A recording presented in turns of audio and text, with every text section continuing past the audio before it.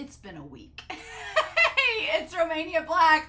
Yeah, so I brought out Whiteboard-kun already, which you may be like, oh, Romania, what are we doing? Hear me out. I went back and re-listened to my discussion for part 48 last week over chapters 149 and 152, and my brain was just fried. My brain was scattered. It was fried. I was sitting there being like, I don't feel comfortable making all these theories. I feel like I need to re-articulate myself, and I can't quite do that unless I go back and check out volumes 2 and 3, which I did. And I was like, do I need to finish every volume and just go reread the volumes all over again? Because rereading volumes 2 and volumes 3, I was starting to notice things that I was like, oh my God, yeah, no, this has been what? I was remembering things that this story is so long that it is very easy to get lost in it. And if you're like me and you're only reading, if you binge it, I guess it's not so bad. But if you're like me and you're only reading like a couple chapters a week and you're like, oh man, this was like 100 chapters ago, what happened? Then it's very easy to forget a lot of things. Like I went back and listened to my discussion from last week and I called like Long Ying, I called him like San Ying, and I was like, what am I doing with my life? And so I'm sure that the comments for that video when it airs are going to be like, Romania, what are you doing? But I forgot a lot of things, and there were a lot of things that rereading volumes 2 and 3 that came to light, and I was like, oh my gosh. And even as I was writing, like I went back and reread these today, then I took a nap, and then when I got up, I was like, I need to write on Whiteboard-kun before recording this video. And as I was writing down all the stuff that I'm going to go over with you all before we start this because it's necessary, I was realizing that I was forgetting things that I'd noticed, and I was like, damn it. So the timeline video at the end of this is going to be insane. It's just going to be insane. That's all there is to it, right? And my dog is like, as I'm writing on Whiteboard-kun, Huckleberry was like, you should be throwing this to me, human. So, peasant. So, yeah, we're going to go over this, but rereading these 2 volumes was a trip. I'm glad I did it, but now I'm like, what the hell, y'all? Oh my gosh. So much foreshadowing and so much happening, and now we're at a point where we're entering a new set of conflict now that we're past the halfway point that is going to lead us into the future volumes. And I'm like, okay. So I felt like doing a refresher of volumes 2 and 3 was necessary, especially as we're going into this new part. So I do not feel like I articulated myself as well as I wanted to last week. My brain was fried. It was like processing all this information. I realized I need to read slower. So we're gonna do that. We're gonna go over this real quick. I do have a few quick comments before we do that though. Sarah Linda continues my journey of trying to pronounce the fetus spirit's name by giving me another way to pronounce it. And I really liked this one. I talked about Melania last week. I really like this one as well. It's like saying whoa, but Sarah Linda was like, instead of saying the wha in whoa, you say the ts sound. So it's like, so. And I was like, oh, so. I was like, that helps out a lot. So thank you, Sarah Linda. That helps out greatly. SQQLBH314 talks about how the Rainmaster seems pretty tolerant and chill compared to the other, and I kind of commented on this too with their comment against all the other elemental heavenly officials, because yeah, you know, the Windmaster is very flamboyant and outgoing, but also very kind of diva-ish. Shiwudu was very diva-ish. The Earthmaster, well, the Earthmaster was dead, so we don't really know their personality, but Heshan is kind of a diva in their own special way, and so yeah, we don't know anything about the Thundermaster, but the Rainmaster, from what we know so far going into this, and they're not up here on Whiteboard-kun, but the Rainmaster seems very tolerant, very chill. I mean, Pei Ming has supposedly reason to have beef with them, but they took in Pei Su, and Pei Su was totally fine with it. They took in Banyu, and Banyu was fine with it. The SQQLBH was like, you know, Banyu has all them scorpion snakes, but the Rainmaster was chill with that. I'm like, that's true. And yeah, they did loan Shi Ling back in volume 3. They did loan them his hat, and was like, here you go. And Shilian used it and then brought it back, and it was no big deal. So yeah, they seem like a pretty chill heavenly official. And not only that, but SQQLBH notes that, you know, they're on a quest to save their devotees, which is what the heavenly realm official is supposed to do. So I kind of like the idea that while everything up in the heavenly court right now is like the SpongeBob meme where they're running around and there's fire and flames, the Rainmaster is actually doing what their duty is supposed to be and serving their devotees. So I'm like, that's kind of cool. I like that. I like that about the Rainmaster. The little glimpses we've gotten of them so far, and Banyu and Peisu seem to think very highly of them. So, and they're clearly a match for Ling Wen. So I'm like, okay, cool. Ling Wen's no spring chicken, even if they're not a martial god. So, and they got the Brocade Immortal on them. So that's pretty badass. All right. So I'm pretty excited about that. I feel like Ling Wen and the Brocade Immortal is like the Rainmaster and their oxen steed, right? It's like those two against each other, right? And then Anime Annie talks about, just mentioned the fact that my personal theory is that, and we haven't got confirmation about Iming yet. We don't know a lot about Iming and Rui yet. They're two spiritual devices that we have yet to learn the origins of. I feel like by Volume 8, we'll learn the origins of, because that seems to be a thing in this series. MXTX likes to introduce spiritual devices, explain their origins. And so I feel like we're going to get that at some point. But Iming, my theory is, and I was kind of going along with Anime Annie's comment, that Iming seems like Hua Chong took their sexual desires. Basically, Hua Chong separated his dick from his body.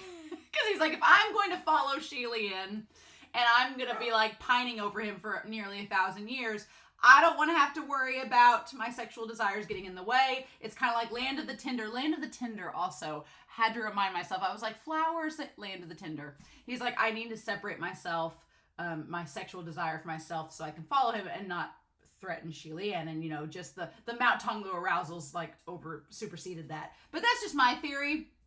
I do, you know, the scene where Hua Chong backhands him a few chapters ago, but then it's like, it feels like Hua Chong was like, get away, sexual desires. I'm around Shi Lian right now, and I'm a kid. So that's kind of funny. I really liked that. But those are my only comments. Instead, what I would like to do is spend the rest of this introduction before we dive into chapters 153 and 154. We only have 2 chapters this week, so I feel like this is warranted and needs to be talked about before we move forward, because I have a feeling this book is about to give us some craziness. We're not even halfway through. We're almost to the halfway point. And I'm like, we need to talk about a few things. So, first of all, going back through books 2 and 3, some noteworthy things I want to talk with y'all about that stuck out to me before we move forward to Volume 5. Junwoo! Going back to that conversation I had at Shi Lian, because I've been kind of mystified, because in my head, I had made up the idea that Junwoo was really, really concerned about Hua Chong and calling him dangerous and everything, which he did. But going back to book 2, Junwoo does tell Shi Lian, the way he frames it, now that we know a little bit more about Junwoo and more about Hua Chong, the way that Junwoo talks in book 2, he's actually just kind of framing it as he's not sure about Hua Chong. He's like, you know, the Crimson Rain Sought Flower doesn't really come around much, but he's a supreme ghost, so that's a threat in itself. So it seems more like he's just not sure about Hua Chong and is just afraid that Hua Chong might be a threat to the heavenly realm. And now that we found out that there was a potential calamity that destroyed the heavenly realm before Junwoo got there, that seems like it could be a legitimate problem. So now that we know that, I'm like, okay, well, Junwoo is just operating under the mentality of, hey, we don't know for sure, of course, if some calamity destroyed the heavenly realm before Junwoo's generation. But it is heavily implied that it could be, so I'm like, that's almost MXTX's way of going, meaning like, yeah, no, the calamity did destroy the heavenly realm before Junwoo's generation and before that generation of the heavenly officials. So I'm treating it as such until we learn otherwise. So yeah, the fact that Junwoo's like, no, it's a supreme ghost, he just sees Hua Chong as perhaps a threat. He hopes that that's not the case. So I guess that makes more sense that now when he sees Hua Chong with Shi Lian and realizes that Hua Chong has a thing for Shi Lian and is not going to do anything as long as Shi Lian's there, I feel like Junwoo kind of lowers his defense a little bit, like, okay, you're fine. You're not maybe as dangerous right now as I had hoped you weren't, so okay, we're good. Let's just keep doing your thing. I feel like that's the case. I feel like that's why he goes along with Hua Chong's request, because he realizes, okay, maybe you're not a threat to the heavenly realm. You've got backstory. We're going to find out. So that was really good to know. Arc 2, which is where we're at. We're technically at Arc 3 right now, right? We're in Arc 3 right now. So this is Arc 2. I forgot, like, just telling you how much we go back and how much ground we've covered since then. I forgot Hua Chong's was referring to himself as Hong Hong Air. I had forgotten that already. I was like, oh my God, Hong Hong Air. I forgot that whole thing. But yeah, and so then we have, and I can't believe I just got this out, took this away. In book 2, I was saying last week, I was like, we don't really know what the Goshi looked like. I wish we knew what they looked like. We do know what he looks like. On page 373 of book 2 in the English translation, we do get an illustration of the Goshi of Shanla. He looks very handsome. He looks like he's in his 30s. I think they describe him as in his 30s. He looks very handsome.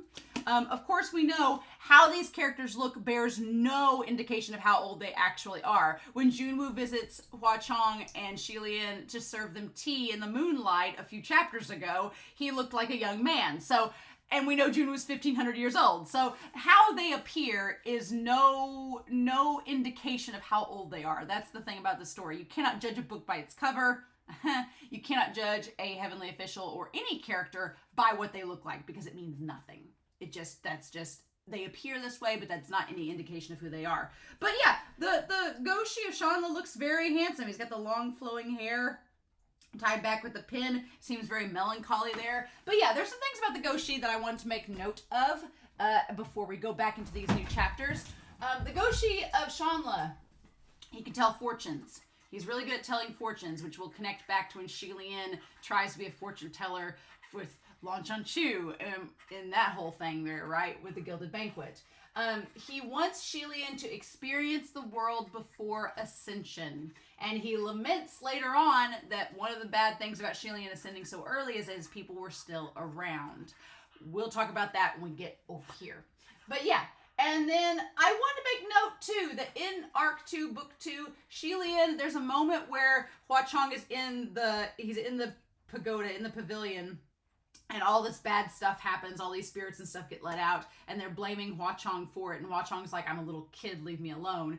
And he starts to like just cry and sob. And there's a moment where the Goshi of Shanla is like, don't touch him. If you touch him, you're going to be cursed. What does Shilian do? He touches him, of course. And so you could argue maybe that's where the misfortune starts, if that's what you believe, but he touches him. And the thing I wanted to bring up is that in the book it describes Shilian coming up from behind and hugging Hua Chong and saying, it's going to be okay, I'm here.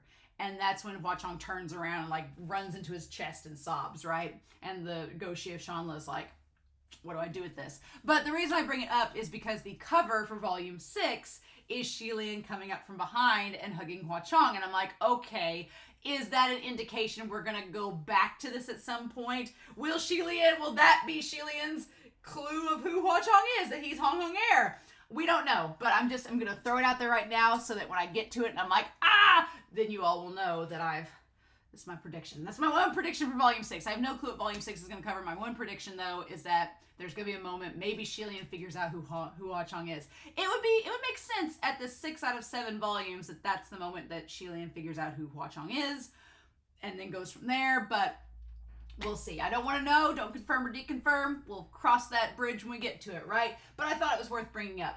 And then we have book 3 in the English translation. Some crazy moments from that. So, the whole thing about Zhang Lan, she's brought back up. We see her leading the revolt against the Yongans there. I wanted to make note. The reason why I was really on board with thinking that Muqing was the father of Tso at the beginning was that in book 3, Muqing has a really good memory. He instantly remembers who Zhang Lan is and is like, oh, that was one of your potential consorts. She was one of the catalysts. She did all this blah, blah, blah. And Shilian and Feng Xin are like, what? Oh, we forgot about that. Even Feng Xin forgot. So I think it's a good point to note that Muqing has a really good memory, which makes sense because he remembers Hua Chong as the kid, right? And we also went back to that whole thing where another unresolved plot point is that Shilian never found out why Hua Chong was sent away rather than appointed as one of his potential deputies. We never found that out. And I was like, damn it, MXTX. Another plot point you've not told us. How dare you?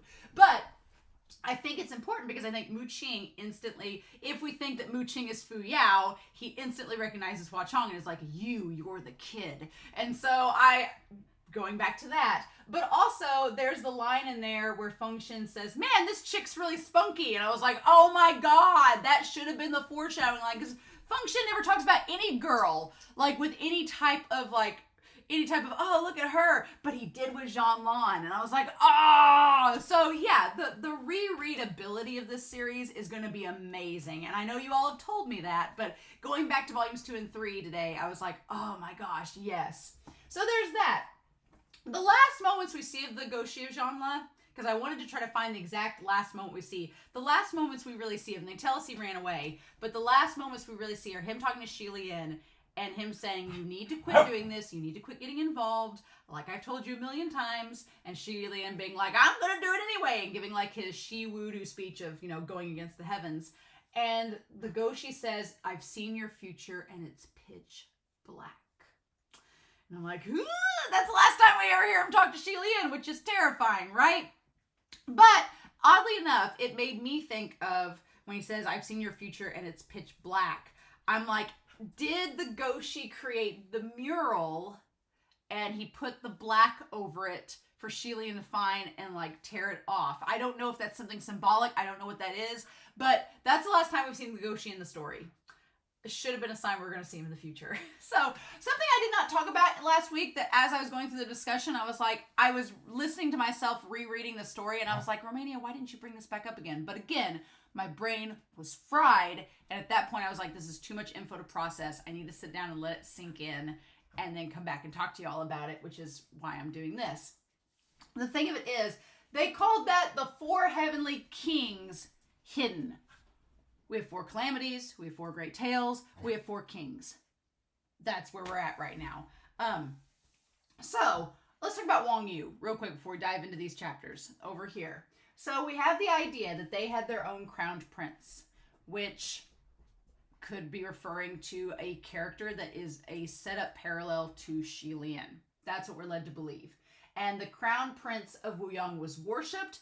We assume that it means they ascended. We're not 100% sure, but it is assumed that they have ascended because there's a spiritual presence on the mural, along with the 4 kings or deputies, however you want to call it, that's with them. We assume that. Although, I would make note, I don't think that's maybe the case. I feel like rereading that section, that the spiritual aura around them and the fact that it's called the 4 heavenly kings hidden could mean that it's talking about 4 individuals who have a king's aura around them that could ascend, but maybe don't necessarily. So I'm still on my theory that the Wuyang prince is Bai Wusheng. I think that it's Bai Wusheng, and instead of ascending like they were meant to, they died and became the first supreme ghost. That's what I think. My theory is that Bai Wusheng, since we know very little about him, is tied to the calamity that made the heavenly realm fall before Junwu's generation. I think Bai Wusheng is old as F and has been the cause of the heavenly realm falling the first time. I don't think he's dead. Now, is he the white-clad figure? I don't know. But going back through the discussion, I'm like, I don't see any other possibly heavenly official the white-clad individual could be, since the only ones we've seen talked about being in white are Bai Wusheng and Xi Lian. But we'll see, right? But I think that they're the cause of the heavenly realm falling the first time, and I think that they might be the ones tied to creating Mount Tonglu. That they were like, and here's my reason why. Because we talk about the 4 heavenly kings, right? So the 4 heavenly kings. I was trying to name down here, okay, we've had characters that have had king's aura around them, or characters that were meant to ascend, but didn't. So I wanted to talk about that. And then we've had characters that were offered the role of a king and either denied or took it. So let's talk about them first. First we have Pei Ming and Junwu. Junwu was offered the king role for being a general. He took it. Pei Ming was offered the role of a king. He denied it. So there's that. Then you have Qi Rong, who is family royalty. Would he have been offered the role of the king of Shanla? Probably not, because he's an illegitimate child, but I thought he was worth mentioning. Also, Qi Rong kind of needs to be put in there because he's kind of like, he's trying to be royalty. He's trying to be a supreme ghost. He's kind of neither. So he's just kind of like the imposter that's thrown in there. He's like the wild card that doesn't quite, he's like the non sequitur that's kind of thrown in there, right? But Qi Rong's always worth mentioning. So there's that. Then we have Xi Lian, who was the prince who pleased God, but was also the prince that was supposed to be the king of Shanla that was like, nope, not doing that. I'm going to ascend anyway. So I want to get them out of the way. And then we have the ones that were meant, that had the king's aura or were meant to ascend. So that includes Long Ying, who had the king's aura, We don't know what became of him, but he didn't ascend. So we've got that. He's one of the ones that we're like, we have no clue where he is right now. I'm sure he won't come back in the story at any point and be a plot point. But I'm sure he will be. So, yeah. My poor dogs. But yeah, so he was meant to ascend. So he could have possibly been one of these hidden kings, right? And we'll talk about that in a second. And then we had Hashan, who was meant to ascend, but she voodoo messed it up, so he ended up becoming one of the supreme ghosts anyway. Haha. And then we have Hua Chong. And Hua Chong, I think Hua Chong is kind of like Qirong. He's a non sequitur. He wasn't meant to become a supreme ghost, but he became one because of his devotion and love for Xi Lian. So here's my theory. My theory refined is that I do think Bai Wusheng is the former crown prince of Wuyong. I think a similar situation happened in Wuyong that happened to Shanla. I think the Goshi of Shanla either has been lying this whole time and was around and is an ancient old ghost or ancient old whatever. He'd have to be a ghost because he's not a heavenly official. Or unless he was a heavenly official that escaped after Bai Wusheng came and wrecked the place and just never came back when Junwu was in charge. Whatever. I think that the Goshi of Shanla either was around during Wuyong or has been passed down the story over the years, right? And his family and ancestors were Wuyong survivors, potentially. I think it's one of those things, and the Goshi had heard about the Wuyong prince, who was kind of like Xi Lian, but when Wuyong had whatever happened to it, the prince kind of became like the antithesis of Xi Lian. Instead of trying to save everyone, and maybe he did try to save everyone. Maybe Goshi was trying to tell Xi Lian as a cautionary tale, look, I heard of a prince that tried to do the same thing you did, didn't work out, and they became a supreme ghost. I don't want that to happen to you. And then he ascends, and the Goshi's like, this could still happen and be really bad. Maybe you shouldn't do it. But because we've seen Bai Wusheng, I went back to the novel, we've seen him 3 times. We see him 3 times in the flashback. The first time, he doesn't speak at all. He just sits there on the little vine and claps creepily. And he claps when Xi Lian is facing Long Ying and is having his moment of like his self-righteous, like, why aren't you doing this? I'm trying to bring you rain. Why aren't you letting me save your people? And Long Ying's like, I'm over it. I'm just ready for y'all to go. And so I wonder, and then the second time, I'm getting ahead of myself. Again, there's just so much here and I'm really excited about it. The second time he talks, he does actually speak. The only time he speaks, it's in Xi Lian's voice, and it's a shell that's faking it as him. He uses his voice and his face, and he suggests that Xi Lian used the human face disease to counter Yong'an. He fights fire with fire, becomes a monster to fight monsters. And Xi Lian's like, nope, I'm not doing that. It is noteworthy that Mu Qing was all for this. Mu Qing was like, oh yeah, go ahead and do that. And Feng Shen's like, no. And Xi Lian's like, no. We're noteworthy. And then the last time Xi Lian sees him is when Shanla falls. He sees Bai Wusheng looking up at him from the battlefield. So, my theory with that is that if Bai Wusheng was in fact the crown prince of Wuyong, I think that Wuyong was a prototype, a parallel experience as Shanla. It was a kingdom that was prosperous. It was worshiping its crown prince. Maybe he hadn't ascended yet, but he was going to, and people, because here's the thing, people worship Hua Chong too. They've built shrines for a ghost, so why can't they build shrines for a ghost if it's Bai Wusheng? Who says that they can't? And who says that they weren't like, maybe they were wanting Bai Wusheng to ascend, and they were like, we're going to build him all these temples to try to speed up the process. We don't know how things were back 2,000 years ago. Let me theorize with this. But whatever the case may be, something bad happened, and the kingdom fell, the temples were burnt, and my theory is that Bai Wusheng, my theory is that something similar to Shanla happened with Wuyong, and Bai Wusheng tried to do something similar to Xi Lian, didn't work, and so on one case, he goes to Xi Lian to be like, well, that's very noble of you to be all self-righteous, but I know that's not going to work because it didn't work for me. So he tries to offer Xi Lian a solution, very much like maybe he was offered, and maybe he went through with it. Maybe he ended up cursing the other party and it backfired. We don't know. But then the last part is he watches Xi Lian from the battlefield being like, I told you what to do and you didn't do it, so I guess we know how this ends, just the same way as my kingdom, and then he pieces out. So we still don't know about Junwu versus him. Don't know all the details of that. We just know that he died, supposedly. But I think that's very, very interesting that he seems to show up at each stage of Shi Lian's like downfall to be kind of like, I told you so, without saying I told you so. And so my other theory with that is I wonder if Bai Wusheng, if he was the prince of Wuyang, if he was promised to have these 4 heavenly kings, these 4 deputy generals, and then things went all awry and he ended up not getting what he wanted. Like he was destined to be an ascended heavenly official with his 4 generals, his 4 deputies, and then things went bad and he didn't end up getting that. So now as a supreme ghost, he's created Mount Tonglu and is trying to do like the nega version of this, like the evil version of this. He's like, well, fine, if I can't be a heavenly official with my 4 deputy generals, then I'm going to become a supreme ghost and have my 4 supreme ghost generals with me and we'll destroy the world. Mwahaha. That's what I think. So I think that Bai Wusheng has created Mount Tonglu and he's trying to get his 4 generals together to come help him like completely destroy the world. So I think that maybe Long Ying, one of the reasons he came to Shanla is that he detected that maybe Long Ying had that aura and was like, you could be one of my generals. Now, Long Ying is not a supreme ghost. We don't know where the hell he is. If he's even a ghost, we don't know. So, but could he be a character that ends up at Mount Tonglu that we see in this volume or volumes 6, 7, 8? Could be. Could come back. Could be a thing. Heshan did have that aura. Did become a supreme ghost. So he's like, got one. Check. Could, if he's after Long Ying or something equivalent, maybe. I feel like Qirong just snuck in there and Bai Wusheng. We've never seen... Bai Wusheng hung up Qirong by his ankles and was just like, you're just fun to torment. So I don't think Bai Wusheng, who's like this agent of chaos, cares, but knows that Qirong is not one of the 4 deputy generals.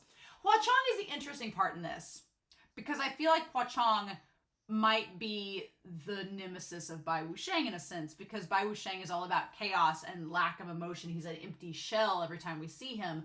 So... whereas Hua Chong is the polar opposite of that. And so I feel like maybe Bai Wusheng had no idea that someone like Hua Chong would become a supreme ghost or that it was even possible. But we know as the audience, Hua Chong's love for Shi Lian is the reason that he's a supreme ghost. That's what's gotten him by and gotten him to this point. So, I don't know. I may be thinking way too hard into this. I may be like 1,000 times off the mark. But I'm really excited because now that we've got these 4 kings mentioned, now that we've got all this set up, I'm really excited to see where it goes and what we do with it. And if this stuff ends up bearing any relevance. But we know that Long Ying is a character that we've not seen in a while. He may be coming back. The Goshi of Shanla we've not seen in a while. Maybe he's the one clad in white. We don't know. Could be the man clad in white could be Long Ying. Could be Goshi, could be Bai Wusheng, we don't know. And then Nangongji. Now, at the very end of this chapter, they say, Pei Ming and Nangongji, you effing pair. And knows that they're under fake skins. And I was like, who could that be? Nangongji is the real name, is the name of Ling Wen when they were a deputy general. So whoever calls her that needs to have known them back then. Well, that cuts out a lot of people. So again, I don't think it's Chan Yizhen. I don't think it's Lan Chanchu, because it would probably be. I still don't think it's Mu Qing, because that's posing as Fu Yao, because why would they out themselves when they're trying to run away? I don't get that. So I don't know if it's Heshan. And now that I think about it, it would make sense if it was Heshan. If Heshan was like, I'm back, bitches. And he knew them from back when he was posing as the Earthmaster. But I don't know. I don't know who it is. No clue. Maybe we'll find out this chapter set. I hope we find out this chapter set. I really want to find out this chapter set. But I realize also I've been talking for 30 minutes. So, so I'm going to put Whiteboard-kun up for now and get ready to start this chapter set. I feel so much better now. Last week I was so frazzled and my thoughts were all over the place, and I had to drive a long way today. I had to go on a road trip. So on the road trip, I just listened to that discussion over again and was like, okay, I need to organize my thoughts. I need to go back and reread these volumes. And I'm glad I did, because it was like bringing in waves upon waves of things. I was like, oh my God, it's been so long since I've thought about this. But I hope y'all didn't mind my detour there. I was like, I figure since we only have 2 chapters to read, it won't be that bad. Now watch these 2 chapters be like the most dense stuff ever. But yeah, I'm really excited, y'all. We're looking at chapters 153, 154 today. Ha. You know, like you do. So, we are going to start Heaven Officials Blessing, chapters 153 and 154, and just see what happens. And we're going to do that here in 3, 2, 1, and let's do this. I'm so excited. I was like, I need to know answers. Chapter 153. Why not Julie? Why not Jing Wen? Jing Wen? What about Ling Wen? Julie? Julie is the kingdom that the Rainmaster is from, right? That Pei Ming fought. What?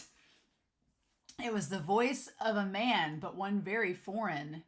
Even though Shilian knew that he couldn't be heard on the other end, he still lowered his voice.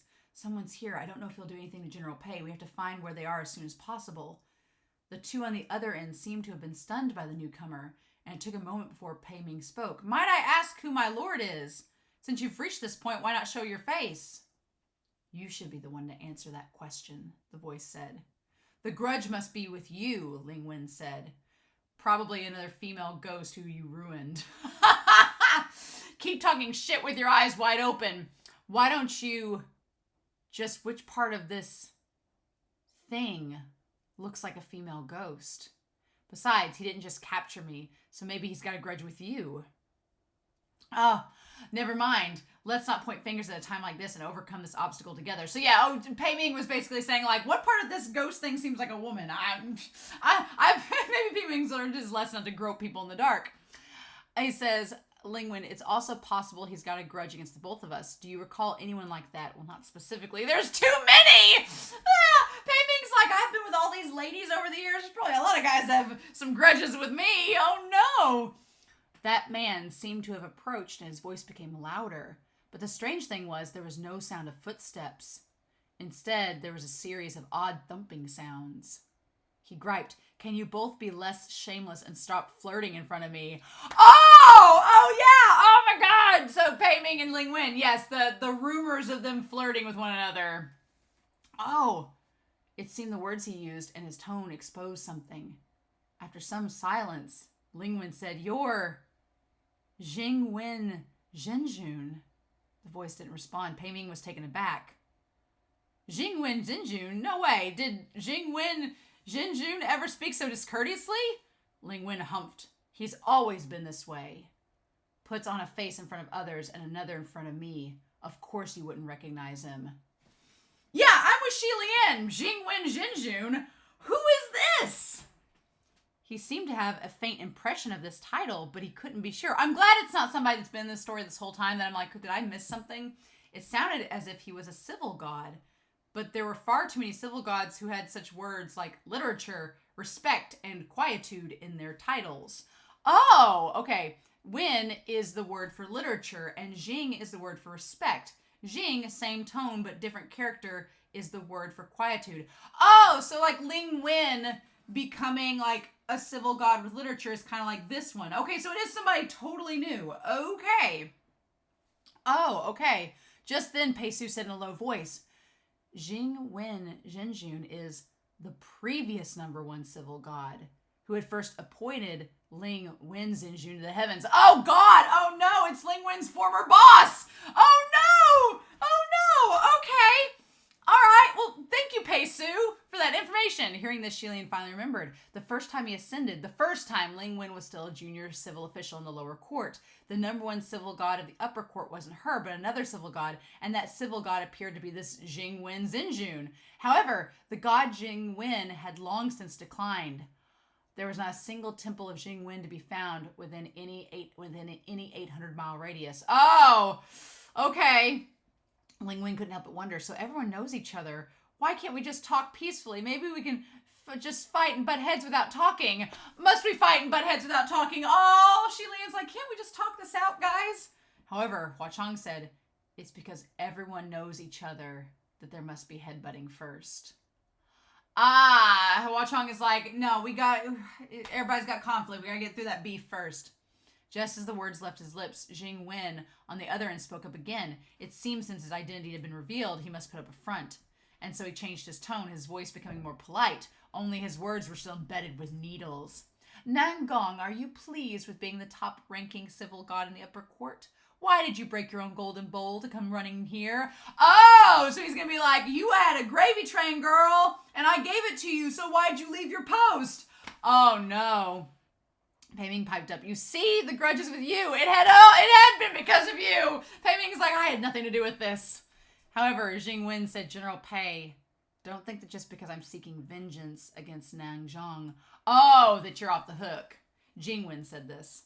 This bitch insulted and harassed the worshippers of my temple of Jingwen and secretly desecrated my temples and set them ablaze. Don't think I don't know who loaned all the martial officials to help her. Oh, don't you laugh either, Nongong. And to think I appointed you back then out of sympathy for talent. This is how you repay me, you ungrateful, venomous wench. I've waited for this day for too long. Too long! Oh my god. Okay, so Pei Ming, maybe with or without knowing, gave her troops to go burn down his temples. Why did she burn down her former boss's temples? What we doing? What we doing? Shilian covered his forehead with his palm, thinking inwardly, these three tumors certainly live up to their names, each nastier than the other.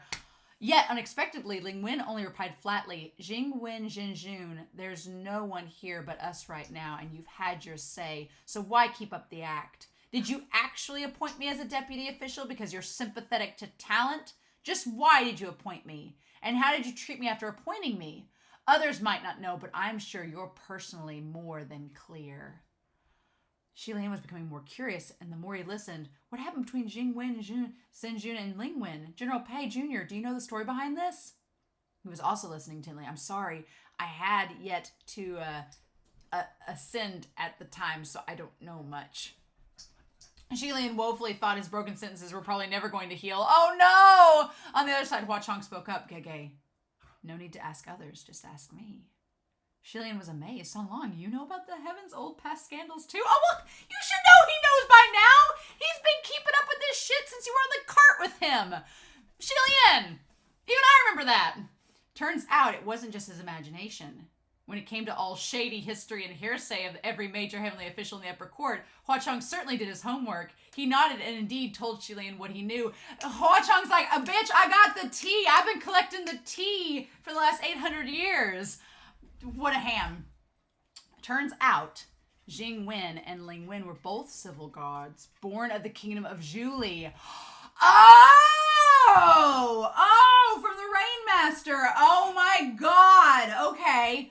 Jing Wen was older than Ling Wen by many centuries and had a deep foundation in the kingdom of Zhuli. At first, the two never crossed paths. However, there was one year the kingdom of Zhuli conducted a ceremonial festival to revere and worship the civil gods. As part of the festival, there was a small contest.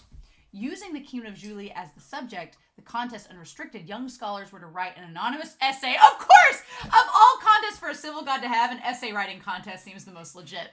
To write an anonymous essay and have them hung in the largest civil god temple in the kingdom. At the time, the temple was the palace of Jing Wen. The essays would be judged by the people, and finally the best one would be selected to be commended as the winner. Oh, nerd! It just so happened Jing Wen Zhenjun had descended at that time to dally, and on a moment's impulse, he thought it'd be fun to transform into a scholar and join the contest. Oh, getting involved. With an easy swing, he wrote a jaunty, elegant piece, singing praises of the glory of the kingdom of Zhuli, confident that his essay would stand out from the crowd. He imagined that, once the results of the contest were revealed and he took the top place, if he revealed his true form then, and unveiled that the top placer was actually a clone of Jing Wen Zhenjun, surely his name would be passed down beautifully to future generations. If things had really turned out that way, it would have been a happy ending. Yet unexpectedly, there happened a very awkward accident. After the ceremony ended, the ranking board was revealed. The top player was not Jing Wen's Ode de Julie, but a critical political discourse called Not Julie. Oh my god, Ling Wen wrote a political discourse and that got the people all woke. This turn of events might have been awkward, but to bystanders it was rather interesting. Shili inquired, has someone ever read Not Julie? I flipped through it, Hua Chong said. It's just some casual light reading over coffee. If Gege wants to read it, I'll recite a summary for you another time. Shut the frick up. Shili answered her like, oh, no. He's like, if you want to sit on my lap, I'll talk to you about Not Julie, Ling Wen's political discourse speech. It's quite the page turner. Shilian hurriedly said, no, it's okay. But to be able to defeat the already ascended Jing Wen Zejun, I imagine it must have been very well written. He commented, it's not bad, but it wasn't that amazing either. It's just that the political situation of the Kingdom of Julie wasn't great at the time, and the people were full of complaints. So when they saw such a piece, it matched their taste. I was about to say, plus essays like Ode to Julie were rampant, so the people were already tired of it. When comparing the two, naturally Not Julie would win. I was about to say, Jing Wen was thinking, oh, this kingdom, I'll just sing of its praises and accolades. But depending on, we'll talk about this in the discussion, depending on, the time frame and the political discord, maybe something by Ling Wen, I'm assuming this is by Ling Wen, we'll find out in a minute, was exactly what the people wanted to hear, not singing praises, right? Oh, this is so good. Shilian nodded lightly. There is no such thing as number one in literature. It's all subjective. Yes! Break the fourth wall! Something like this isn't really anything, especially if the content wasn't even the same thing. Correct, Hua Chong said. Jing Wen thought so at first, too. The people of Julie looked everywhere for the author of Not Julie, but of course no one claimed it. Who would dare claim such a piece? Those who were greedy for fame and falsely came forward were all exposed quickly.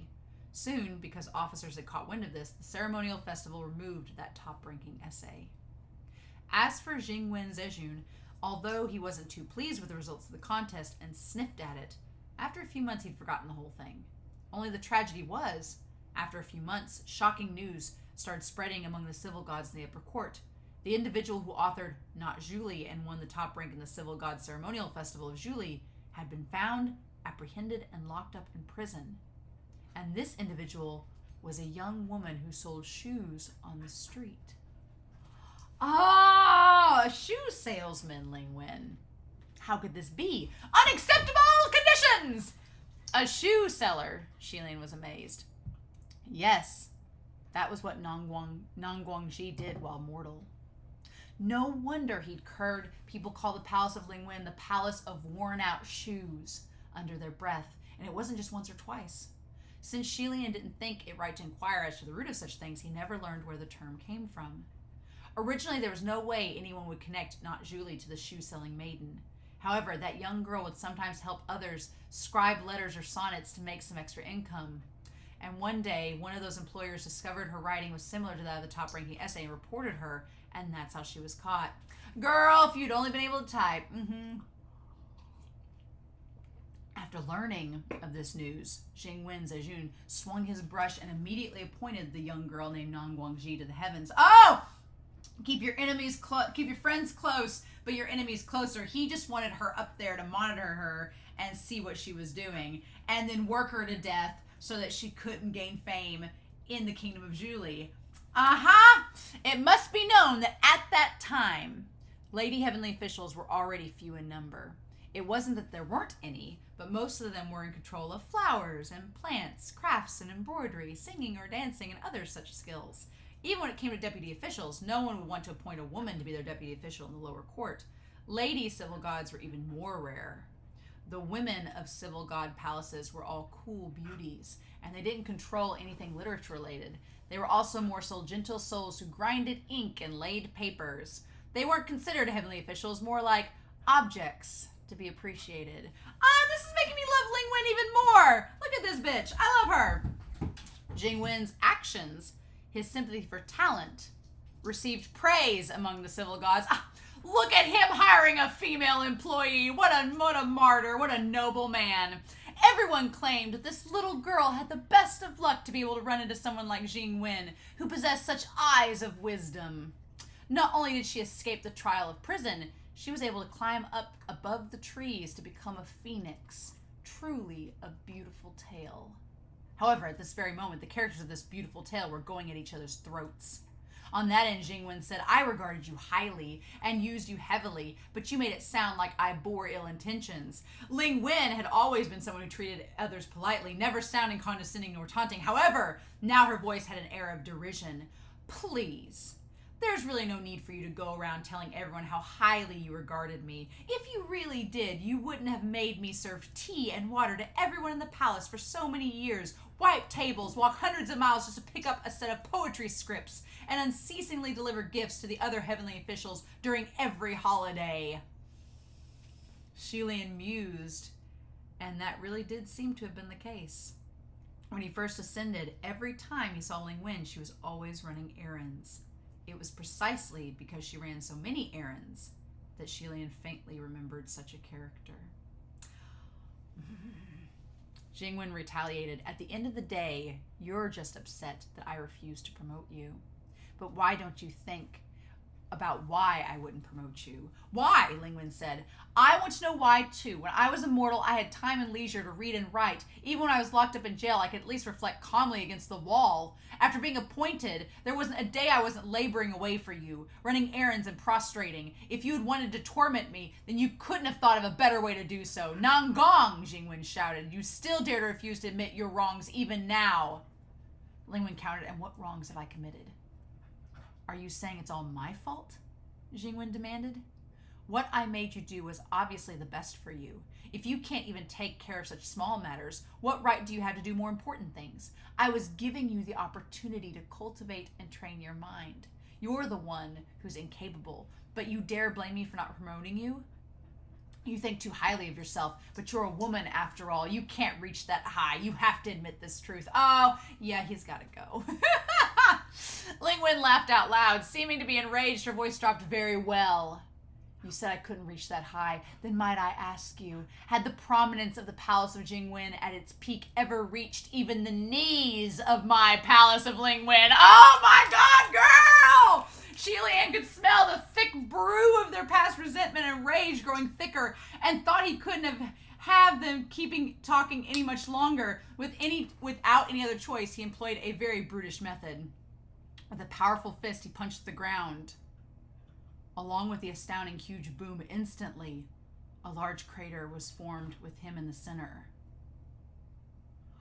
Huachong instantly understood what he was planning and cried, Gege! Xilian flapped his hand to disperse the dust in the air and coughed a few times. This way is the most direct. I'll take care of this side. San Long, you and General Pei Jr. go lie down on that side. At first, he wanted Huachong and Pei Su to try the other direction, but in their current states, they were not as capable. Still, as if Huachong was going to listen to him and obediently lie around, he picked the opposite of the direction Xilian had chosen, summoned Yiming, and plunged the blade, piercing the ground. This strike and Xilian's fists both created the same effect. The two took turns producing one large noise after another, the two of them going further and further away from each other. After pounding a few times, Xilian stopped to listen, but Pei Ming and Ling Wen didn't seem to have any reaction, like they didn't hear the booming noises he was creating. As for Jing Wen, Ling Wen seemed to have stabbed him where it hurt. He sneered as the mask of politeness was ripped off, returning to using the bitter tones of when he was calling them a fucking pair. Nongongji, stop wagging your tail in front of me like some wretch who's won. If it wasn't for me appointing you to the heavens, who knows how many you'd have spawned for in jail. Now those words were exceedingly vulgar, and Xilian's hand almost slipped. Even Pei Ming couldn't listen anymore. You were a civil god once. Can't you at least not be this classless? See, Nangong, Jing Wen accused. See how your good lover is shielding you? Who are you, General Pei, to accuse me of classlessness? Okay! In your mind, who isn't my lover? Ling Wen spat. You're looking for retribution? Let's talk retribution. Xilian had leapt quite the distance by now, but he once again slammed the ground. This time, Jing Wen on the other end of the silver butterfly was alarmed. What's that noise? Xilian's heart jumped. It was the right direction. Pei Ming and Ling Wen both heard too. Pei Ming hesitantly wondered, did someone start fighting above? Going harder, Xilian dashed a few meters and pounded again thunderously. It's closer now. What a powerful blow. It came from above. It's here! Xilian didn't throw another fist. Instead, he pulled out Feng Shin and thrust the sword downwards. The aura of the sword erupted, and the ground rumbled as it caved in. Soon after, he felt a chilling underground cave. Shilian mentally prayed that he didn't crash in over Pei Ming and Ling Wen. He waved away the dust in the air as he rose to his feet. Turning around with the sword in his grip, he called, "Jing!" The moment the figure of that Jing Wen Zhenjun entered his sight, Shilian couldn't help but widen his eyes. What? Chapter 154. Why not Julie? Why not Jing Wen? 2. Seeing there was a sudden intruder, Jing Wen was alarmed. "Who are you?" However, the one who was questioning Shilian wasn't actually a man, but an extremely coarse-made stone statue of a man. His body bare, but wrapped in cloth, somehow bizarre and at the same time silly. No wonder there was no sound of footsteps when we walked in, but an odd thumping sound. No wonder when Pei Ming and Ling Wen saw him, they were both stunned. No wonder Pei Ming said that Ling Wen was talking shit with eyes wide open. Because this thing, from head to toe, looked nothing like a female ghost. Pei Ming and Ling Wen were both wrapped all over with a scroll-like material, tightly bound in Jing Wen's grasp, unable to move. Shilian finally snapped out of it. "Me?" However, Jing Wen said, "You're the Crown Prince of Shanla." Shilian was taken back. Oh, you actually recognize me. Well, that truly is. But it wasn't strange. When Shilian first ascended, it was an earth-shattering ordeal. He might not have known every heavenly official of the upper court, but every heavenly official of the upper court knew him. Just as it was now, he did not remember whatsoever what Jing Wen looked like, but Jing Wen still remembered him. "Of course, your highness's journey of God had experienced such ups and downs, it'd be difficult not to recognize you." Shilian was weirdly touched and replies, "Well, I'm honored, but how did I become like this?" Jing Wen finished for him.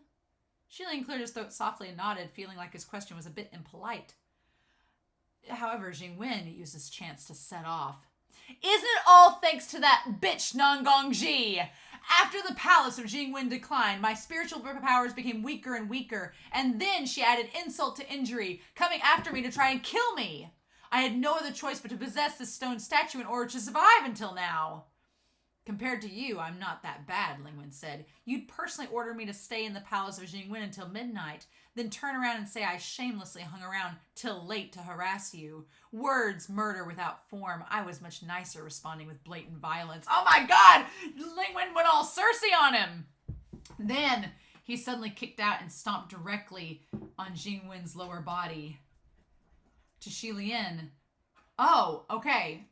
Oh, interesting. To Shilian, this move didn't really look like it'd be that powerful since the stone statue was a flesh body." Oh, Shilian jumped on him. At most, maybe a couple of cloths on Jing Wen's bodies would rip, yet unexpectedly, Jing Wen let out a tragic wail, like his nuts really had been kicked, and he hastily covered his lower body. "Shilian, did you just kick him in the nuts?" However, it was too late. That layer of white cloth wrapped around his crotch was kicked off by Ling Wen, and Shilian swiftly saw under the white cloth there was nothing. Nothing meant that although this was a bare-naked stone statue down in his crotch area, what was supposed to be there wasn't there. It was the statue of a eunuch. So it's a eunuch slave statue, Shilian thought. This sort of stone statue was often seen in the graves of concubines. They were burial effects steeped in the essence of yin, indeed a good choice for possession. However, that a male heavenly official like Jing Wen, who was so small-minded when it came to losing to a woman, would end up in a stone statue of a eunuch slave was exceedingly ironic. Yes, yin from yin and yang. Yin represents the shadows and femininity. Ling Wen burst out laughing, and here I was, wondering why you were so anxious and furious. So this is why? I can't reach that high. Look at yourself. How high can you go? I can't wait to see. Jing Wen ripped off the rest of the cloth, covering his shame, and trampled it, furious like he'd gone mad. He grabbed at Ling Wen's hair, yelling, "Shut up! And how many heavenly officials have you slept with to get where you are? Don't be so pleased with yourself. Apologize right now." A large chunk of Ling Wen's hair was almost pulled off of his head. But he endured the pain without begging for mercy, never mind apologizing.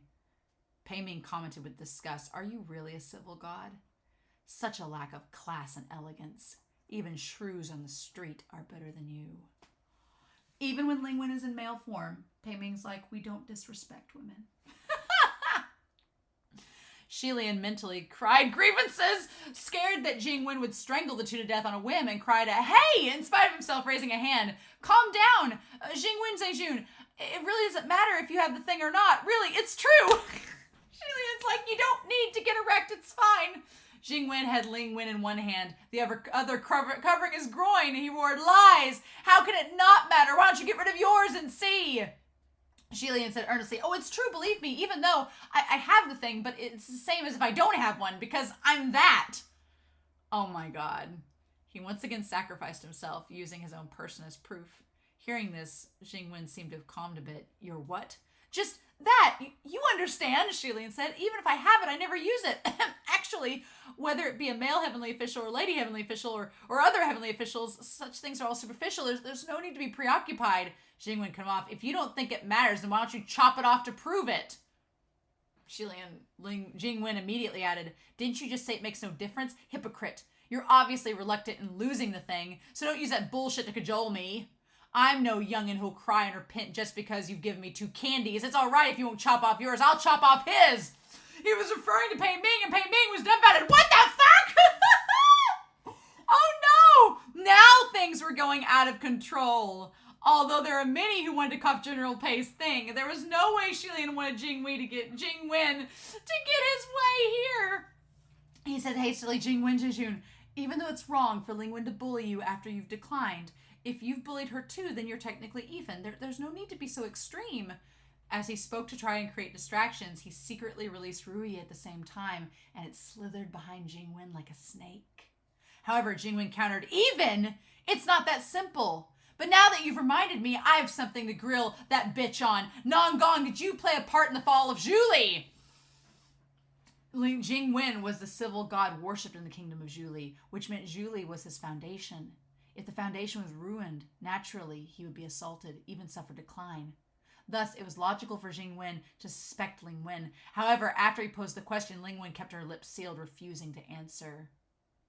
Jing Wen yelled, just say it! Was it you causing shit in the dark? I just knew it was you! It must have been you, otherwise the kingdom wouldn't have fallen so fast! It's all this Insidious's bitch's fault! That idiot general must have fallen in your hands! Ling Wen hasn't even responded and you're answering your own questions, Shilian thought. Wait, what general? On the other side, Ling Wen suddenly snickered under his breath. If it wasn't because Jing Wen was possessing a statue and couldn't show any expressions, he probably would have been gritting his teeth a long time ago. What are you laughing about? Ling Wen lifted his head slightly and laughed and said lightly, do you know what the consequences are for calling him an idiot to his face? Jing Wen still hadn't understood when the next moment, the scroll binding Ling Wen suddenly ripped apart. From the shreds, a hand emerged from within the black sleeve and seized his head. Oh, it was the brocade immortal! She was with that general, yes! Oh, okay. Oh my god, Jing Wen hadn't even the chance to speak a word when he was subdued. Upon his coarse face, a crack appeared, and then another, and then another, and 3 cracking sounds. His entire body was shattered to pieces. As for Ling Wen, he broke free of his bondage and stood where he was. Streams of black smoke permeated, and a pile of crumbled stones lay at his feet. So it turned out that the ancient kingdom in the legends of the Brocade Immortal was the kingdom of Zhuli. And Bai Jing was also a person of Zhuli. Jing, Shilian was just organizing his thoughts when he heard Pei Ming, who was still tightly bound by the scroll, speak up. Ling Wen, stop! Ling Wen had turned around and was stalking towards him step by step. Remembering Ling Wen telling Pei Ming earlier that he really doesn't like you, Shilian thought, oh no, is he going to kill him? Ling Wen soothed as he walked. Bai Jing, he's already dead. It's all nonsense. Don't listen to him. However, it didn't seem to be very effective, so Ling Wen turned to Pei Ming. Old Pei, I have no way to stop him. He heard Jing Wen say, you're my lover, and has steeled his mind to kill you. Your Highness, help me! Oh my god, no need to ask! Shilian had already swung his sword and slashed through the scroll binding Pei Ming, and Pei Ming jumped to his feet. The two leapt out of the underground cave, returning to the ground above once more. Looking back into the cave, they saw Ling Wen had punched through where Pei Ming was just lying. Debris flew, his strength considerable, even harder than when Shilian was pouncing to scout them out earlier. Shilian tucked Rui away, wrapping it on his wrist. And Pei Ming also worked out the kinks in his arms. After having been bound so long, the swelling on his left arm had gone down somewhat. The size of the bulge now looked like he'd been stung by 50,000 hornets instead of 1,000,000. What is this effing resentment? He started.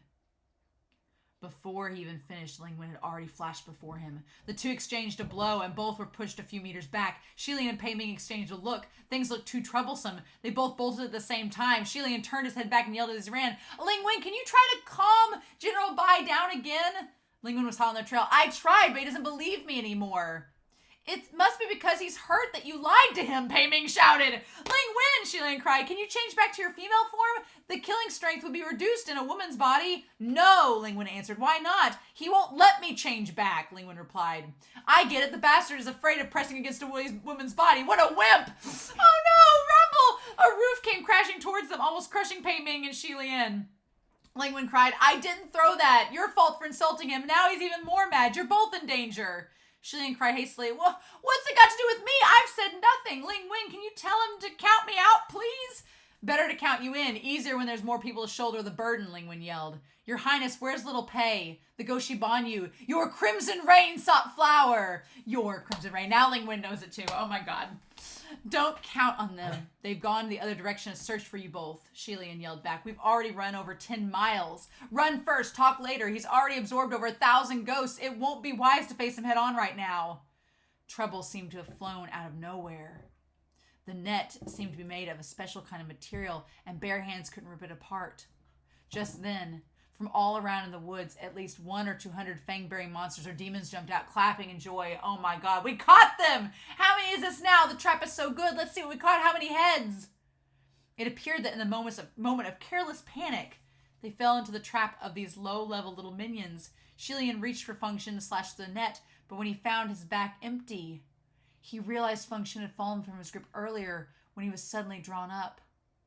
Ling Wen had already chased them to the net, and right at his feet was Function. The mob of little minions hadn't yet realized what was to come, and they were all overjoyed. Another one! Ling Wen raised his hands, and the 2 balls of black ghost fire were ignited in his palms. He raised his head to face Shilian and Pei Ming. You two, this really isn't up to me. Shilian puffed a breath. Ling Wen, can I ask you what would happen if we should be hit by that thing? Last time I used ghost fires this big and hit His Highness JING, he was injured, but it wasn't too bad. He could still hop around and run. Oh my god. It sounded like the damage wouldn't be that great, so even if they were hit, it wouldn't be too bad. Shilian and Pei Ming both sighed in relief. Okay. But just as the second okay, the 2 balls of ghost fire in Ling Wen's hand suddenly erupted to 10 times that size, turning into 2 giant pillars of flame blazing to the skies. They both were like, well, but how things would be after getting eaten by flames of this size, I can't say, Ling Wen said. Pei Ming roared, wait, I'm really not your lover, though. I know that, but it's useless if we're the only ones who know, Ling Wen exclaimed. Oh my god. That band of monsters and demons were stunned by those 2 balls of flaming ghost fire, and they quickly drew their weapons, indignantly searching them, shouting arrogantly, you bastard! How dare you come to steal our kill when you're nothing? Get him! However, pathetic little minions like them posed no threat to the brocade immortal, and were nothing more than a wave of fresh nourishment for him. Ling Wen inclined his head slightly, his pupils reflecting the vibrant light of the ghost fires, looking like he was ready to receive the new heads who were ready to sacrifice themselves. Right at that moment, a wild whirlwind blew by. Amidst a series of terrified wails, the mob of little minions was blown to the sky in a blink of an eye. Rather than say they were blown to the sky by wind, it was more like there was a formless, peculiar giant hand that snatched them and tossed them into the sky. The brocade immortal seemed to have sensed that something and became alarmed, and the blazing ghost fires in Ling Wen's hands also dropped some as he scanned the surrounding area. Shilian ardently looked up, but the dense branches of the trees blocked his sight. The wails of those ghosts also came to an abrupt stop, so he couldn't figure out exactly what had happened above. Pei Ming was also alarmed. Who's come? Alert and watchful for a while, Shilian suddenly said, Do you all not smell that? What? Pei Ming asked. Shilian said the scent of flowers. Pei Ming was confused. There's flowers! Shilian closed his eyes, and a moment later he said with conviction, Yes, it's the scent of flowers. Oh my god! Okay. Oh my god. The scent of flowers was mellow, peculiar, fresh, and cool. It came from an unknown place with an unknown name. It was exceedingly light, exceedingly soft, faint like it wasn't even there. Pei Ming furrowed his brows. I don't smell flowers, but I definitely smell... Before he finished his sentence, he felt something drip onto his face. He wiped his hand without thinking and his pupils shrank. It was blood. A couple drops fell into the ghost fires in Ling Wen's hands, and the flames instantly weakened a notch. His expression became even more alarmed, and he whipped his head up in an instant. Falling from the heavens was a torrential rain of blood. Oh my God! Pei Ming was hung higher than Xi Lian, and the sudden battering of this blood deluge drenched him like a bloody drowned rat, leaving only a pair of eyes that were black and white, round and bulging. The ghost fires in Ling Wen's hands were extinguished completely, and he disappeared under the tree to avoid the same fate as the defenseless Pei Ming. As for Xi Lian, he suddenly felt the net tear, his body drop, and he plunged downwards. He flipped in the air as he fell and landed steadily just as the bloody rain was about to descend upon him. There was no time to escape, so Xi Lian raised his sleeve, ready to block as much as he could. Then he heard the soft rumble, low rumble of laughter. Suddenly the air was filled with mysterious, alluring fragrance of blossoms. Xi Lian lifted his head a little and looked up. He didn't feel any raindrops hitting his face. Instead, it was something soft and gentle brushing past. He reached out and caught it. Looking down, what flew quietly into the heart of his palm was a small, vibrantly red flower petal. He looked up once more, his breath hitched. He couldn't believe it. The bloody rain that enveloped the sky had transformed into a fluttering shower of flower petals. There was no need to even guess who had come. Xi Lian curled his fingers and clenched his hand, clutching the flower petal as the name blurted from his lips. Sun Long! He turned around and saw Ling Wen had soundlessly fallen to the ground. That soft, laughing, raven black-haired, crimson-robed, tall and slender young man who stood there solitarily could be none other than Hua Chong. Blossoms fell like dripping blood. Blood danced like petals in the wind. That face was as spirited and handsome as the first time they met, his eye bright and alive. He languidly sheathed that long and slender silver scimitar back into its scabbard and spoke with a deep voice. Your Highness, I've come back. Ah! Oh my God! Oh!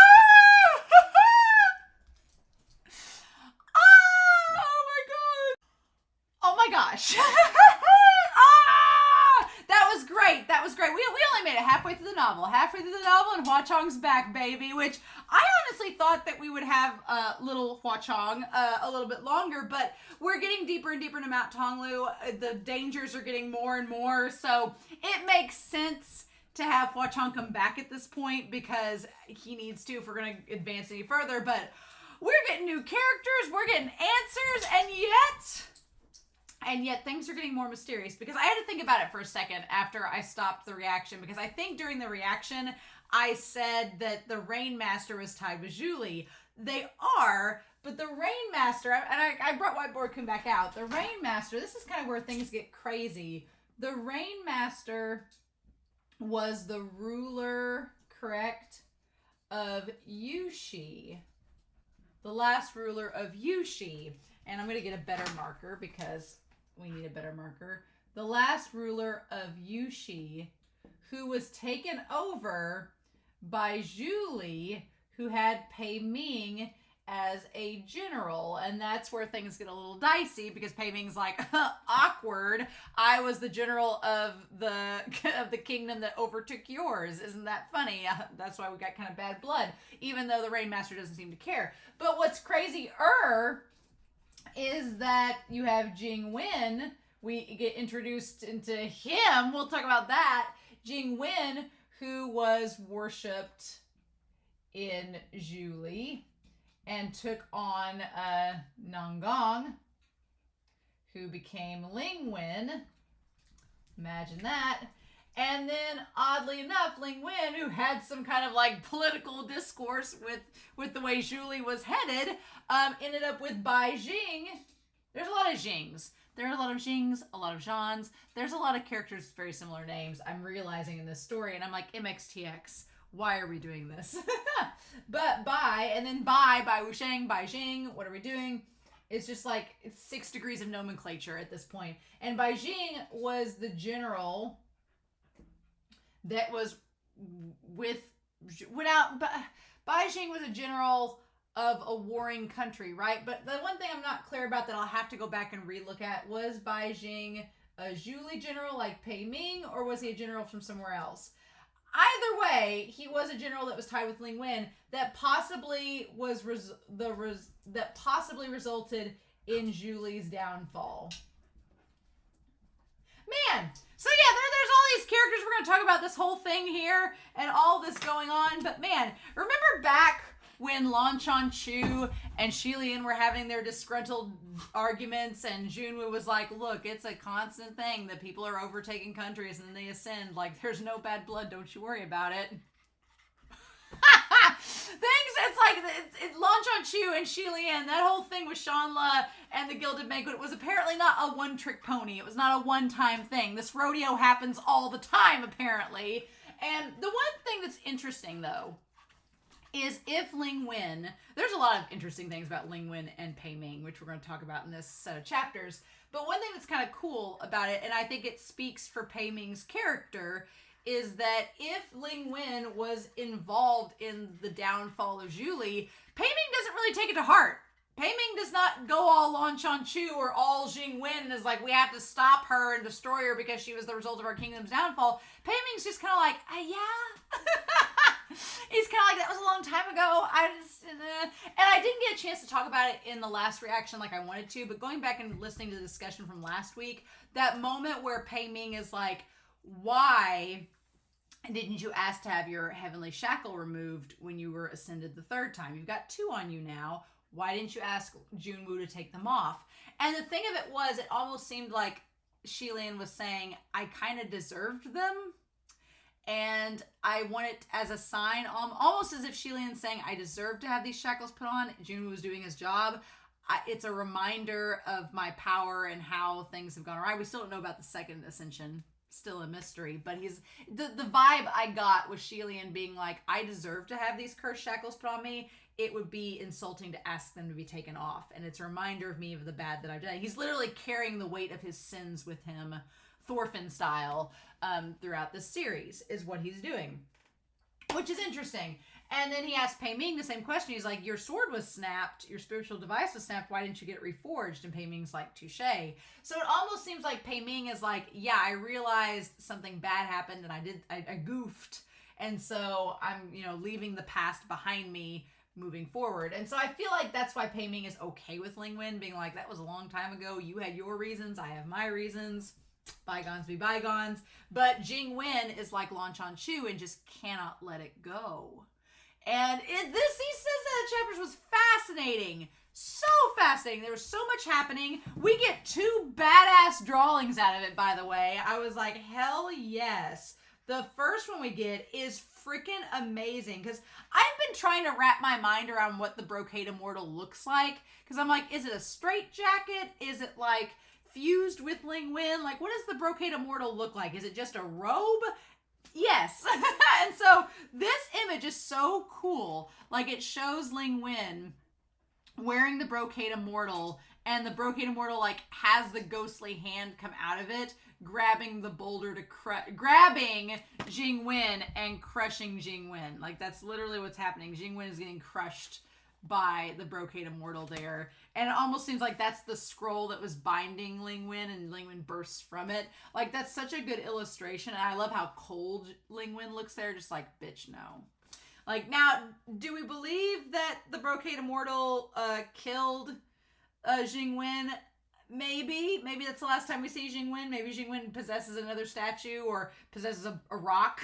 I don't know. But that's such a good image. And then, of course, we'll talk about this when we get to it, but the Crimson Rain Sought Flower returning. I'm like, that is such a satisfying return because they've been separated. You know that Watchong's like, now's the time. And then, yeah, just so good.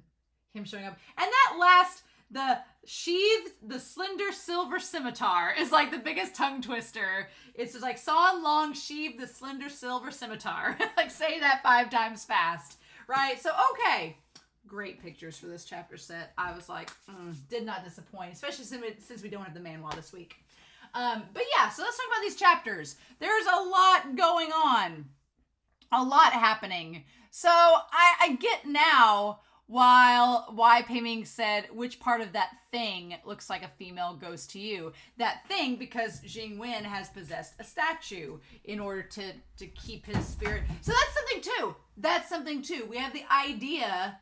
That's something we need to address too. If we're going to go along with this Bai Wusheng conspiracy here, because I've been thinking, I was like, well, if they were a heavenly official and they were ascended, how could they possibly become a ghost?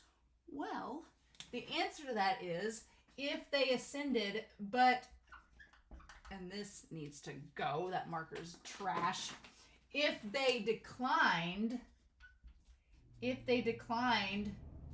to the point of nearly disappearing, they could possess something.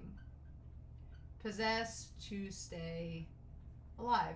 And they're clearly strong enough. I mean, Jing Wen was clearly strong enough, had enough energy to subdue Ling Wen and Pei Ming, who are pretty damn strong, especially Ling Wen with the Brocade Immortal. So, I mean, it is very possible, building on this theory, it's very possible that even if Bai Wusheng or even the Wuyong Prince had ascended, they could have declined when Wuyong fell and the temples were destroyed. They could have declined, kind of like what happened with Jing Wen, and got to the point where they possessed something, maybe this puppety body, who knows? But did that to stay alive, and then kind of became, it seems like Jing Wen almost became a ghost, like went from a heavenly official to becoming this ghost. I'm thinking that, I'm wondering if MXTX is using this kind of as a way to launch into the backstory with this prince and doing because we've had so many comparisons now. We've had Shanla falling, we've had Lan Chu's kingdom falling, we've had Yushi falling, Zhu falling, like we've had all these scenarios where these kingdoms have fell, and we've kind of seen how the characters within them, the major players, sort of end up. So that's all rather interesting, right? But yeah, I think so.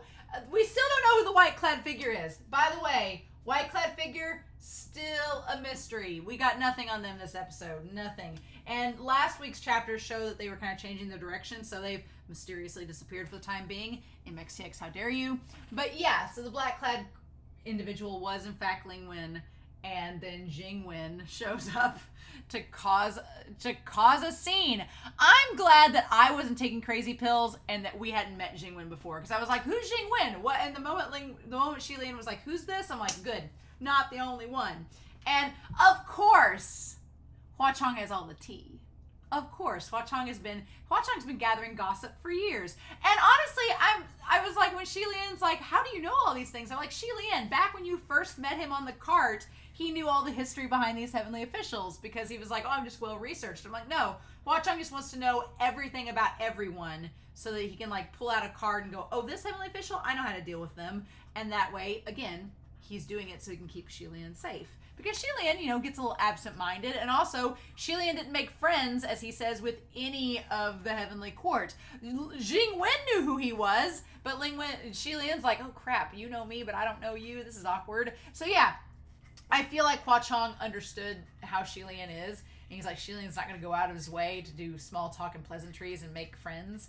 So he's like, I'm going to learn all the tea so that if we encounter anybody, I'll know what to do. Which is good, right? Which is good. I will have to say, Jing Wen keeps making light, saying that Ling Wen and Pei Ming are a thing.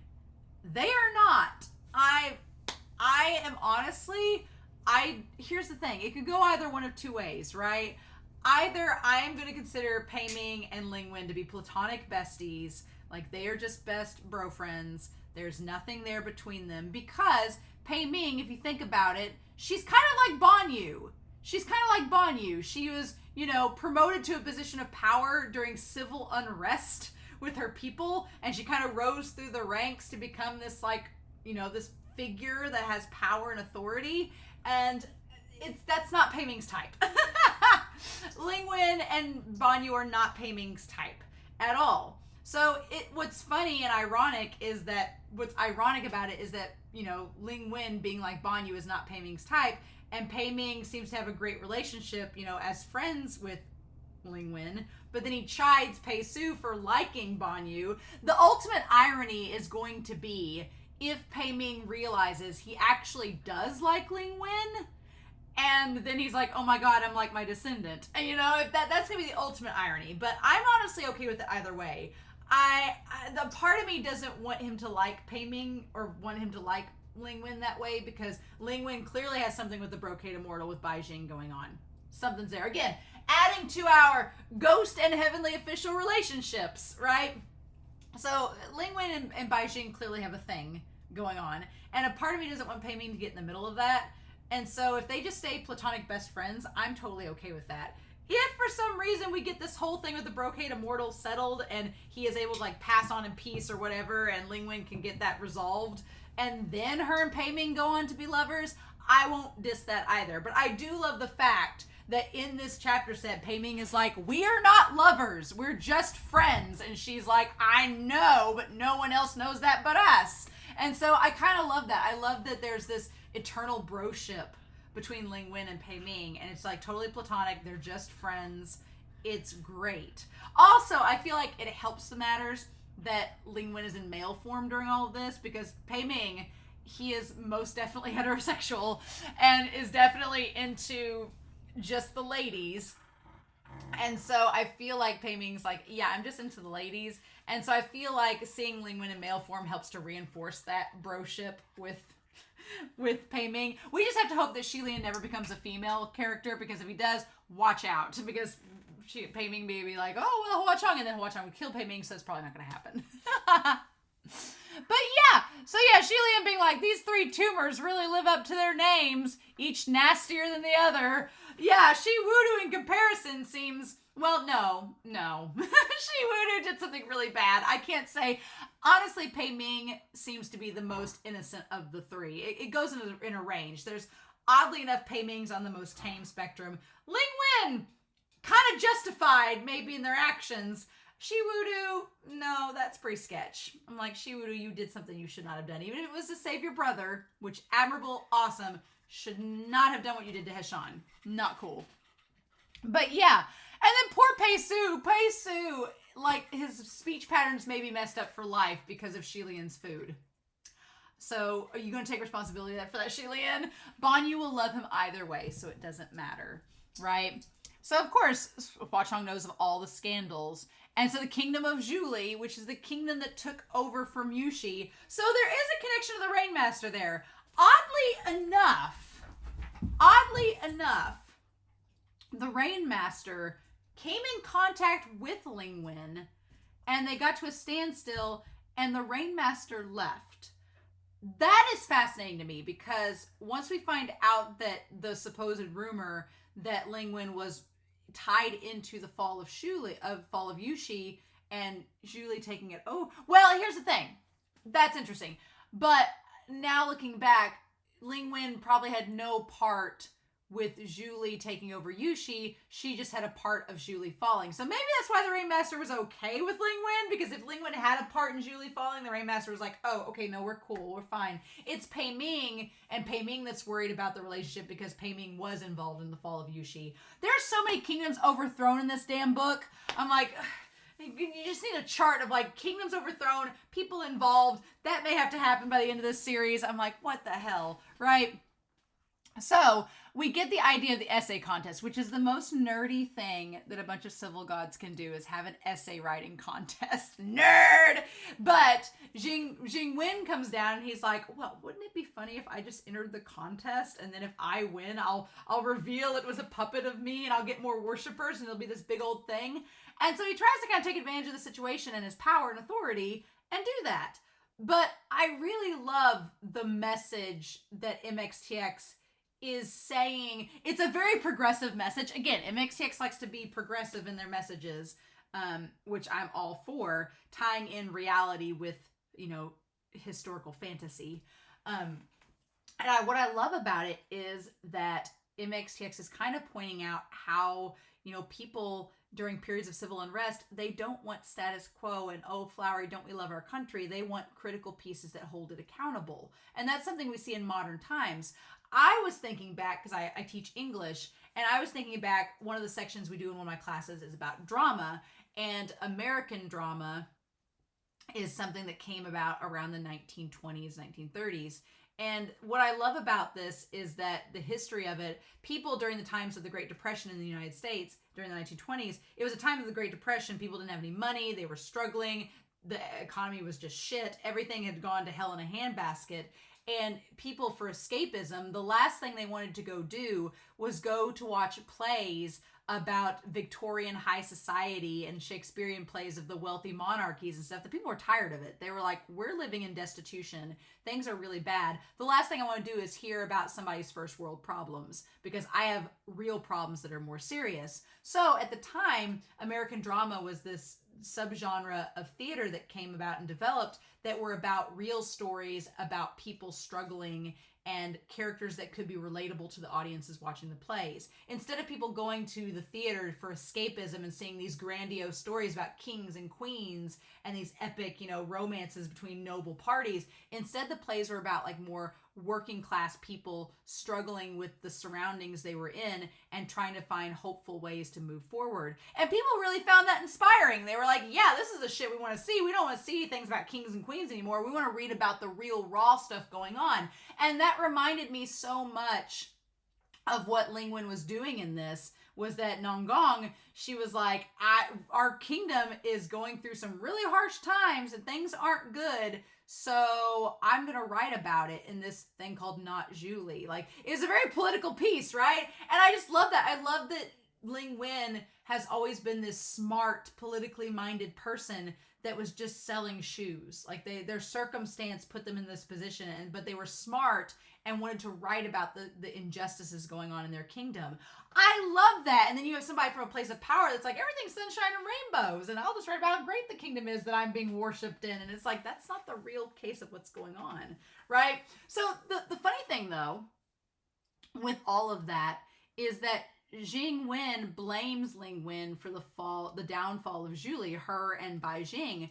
But just from this scene alone with the essay, it's clear that Julie was in a negative state already and that people had political unrest with the kingdom. So the irony is that even though Jing Wen blames Ling Wen for their downfall, the reality might be that the kingdom was going to fall apart on its own, and the temples that were worshiping Jing Wen may have fell apart as well on their own, because if people weren't satisfied with if they didn't feel their prayers were being answered, they may have turned on Jing Wen on their own. And he's just looking for a scapegoat, and Ling Wen and Bai Jing are just there right for the taking. So it leaves a lot to be thought about. And again, we don't know all of the Brocade Immortal's story. We don't know why Ling Wen is so tied to him and what their history with the fall of Julie is yet. So there's still stuff to think about. So I don't want to say too much, but in the same vein, I feel like we're learning more about these characters, and it's starting to become clear that you can't really pin the blame on one individual. It's a stack of dominoes. Like this leads to this, leads to this, leads to this. So you can't just say, oh, this suddenly happened. It's a very non-linear historical sort of thing, which I'm all about. I love non-linear history and studying it. So that's really, really cool. But yes, so to be able to defeat the already ascended Jing Wen, it must have been very well written. So yeah, and Shilian's like, I heard people making fun of Ling Wen, calling it the Palace of Worn Out Shoes. I feel for Ling Wen. I do. I know Hua Chong says that she's dangerous. Yes, and that maybe you can't trust her. Perhaps. But I do love the idea that I feel really bad for her, because she, again, MXTX taking very modern themes and incorporating them into this fantasy story. The idea that at the time, all of the civil and female deputies in the heavenly realms were all tied to very feminine things, like making clothes and plants and crafts and singing and dancing. And Ling Wen came in and was like, no, I'm a very smart, intelligent, politically minded woman, and I want to move up the ladder and be at the table with the boys, and I want to be in the boys club, right? And I love what she represents in this story, and she's uncompromising. I love that she's like, fine, you want to call me a bitch, then I'll be one. I'm like, do it, Ling Wen, do it. I respect her a lot. I don't know her full story yet. We don't know why she's doing the things that she's doing and why she's so adamant about going to Mount Tonglu with the Brocade Immortal. Is she gonna try to bring Bai Jing back like Hua Chong? Did she look at Shilian and Hua Chong and went, there we go? Did she look at Shilian and Hua Chong and was like, so he could come back and be really hot? Okay. And she's just gonna take the rope and be like, go become a supreme, and then we'll go run off together like Shilian and Hua Chong will. And Shilian's like, wait, what? Is that the plan? Is that the plan? She just wants to bring her dead general boyfriend back as a hot supreme? I mean, the only problem with that is that we've clearly seen that the general, we know for a fact he's kind of a dumb himbo from the past, and kind of has a murderous streak where he tried to kill Pimmy because he thought they were lovers. Well, Hua Chong's kind of like that too, so I can't speak to anything. Who knows? Maybe it would work out. I don't think it'd be the same as Hua Chong, though, because Hua Chong has undying devotion to Shilian. And here's the thing. If Hua Chong was in the same form as the Brocade Immortal, it would never do anything that Shilian didn't want it to do. And Hua Chong, if it was a robe, would never try to act beyond... It would never try to make Shilian do something it doesn't want to do. And the Brocade Immortal by Jing seems to be doing things on their own without considering Ling Wen's input. So there is a very big distinction. So I'm kind of like, Ling Wen, if you think that the same thing is going to end up like with Hua Chong and Shilian, that might not happen. It might end up being more of a Heshon situation, and we want to kind of avoid that. So, and maybe that's not what she's trying to do. Maybe Ling Wen is not trying to take the Brocade Immortal to Mount Tonglu to become a supreme. Maybe not, but we'll put a pin in that for now. But yeah, it is very clear. The big question is, because Jing Wen kind of denies it the entire time. Jing Wen's like, oh, I was not taking advantage of you. I was trying to teach you a lesson. It comes across very condescending, though, the way he says it. He was like, I was just trying to, get you to do work so you'd learn the value of things and appreciate your job. I'm like, no, I don't think that was it. I'm kind of with Ling Wen on this. I believe that he just appointed her as his deputy to get her out of the mortal realm, to keep an eye on her, and to work her to death, almost like he was punishing her for showing him up. And then it just so happens that he ends up declining and she ends up taking over. Now, the question is, was she directly involved with Bai Jing in destroying Zhuli and destroying his temples so that he could be declined and she could get rid of him? There is a question with that, right? There is a question of if she had something to do with his decline to get him out of there so that she would quit getting worked to death, right? Because she brings up a pretty good point. She's like, I was able to, even when I was in jail, I could sit there and relax and contemplate and reflect and write. She's like, once you took me up, once you promoted me, I can't even get a moment's rest by myself. So it is very clear why Ling Wen snapped and left now, that she was just like, screw this, bye, and took a chance when the Brocade Mortal escaped their seal to be like, let's go. I'm done. This place is chaos. I'm not handling it anymore. I feel like the worst things got after the whole thing with Lan Chu, after the whole thing with the Wind Master and the Water Master. I feel like Ling Wen was seeing the writing on the wall that things are about to go downhill really fast, and I'm getting relied upon way too much. I don't like this. I'm done. She took her cigarette out of her mouth and flicked it and was like, bye. And then flicked it into the gasoline and left in a big blaze of glory. And Junwoo was like, why'd you leave? And she's like, well, you should be. And that kind of, Junwoo didn't have any part in this, but I do feel like Junwoo should have maybe seen the writing on the wall that this was coming by how overworked Ling Wen was, but Junwoo is a very pragmatic person. It's like, you just do your job and you don't complain. And Junwoo has a lot that he could complain about but doesn't. So I think that speaks volumes too to the idea that, some people just handle work and stress differently. Some people, they thrive on it, and Junwoo's kind of like, I can do my job just fine, and Ling Wen's like, it's too much. Bye. Nope. See ya. And this is just it's so interesting. And I like that Jing Wen tries to get Ling Wen to admit their wrongs. And Ling Wen's like, what wrongs have I committed? And Jing Wen's like, well, I try to do everything for you, but you think too highly of yourself. At first I was like, well, maybe I was trying to give Jing Wen the benefit of the doubt.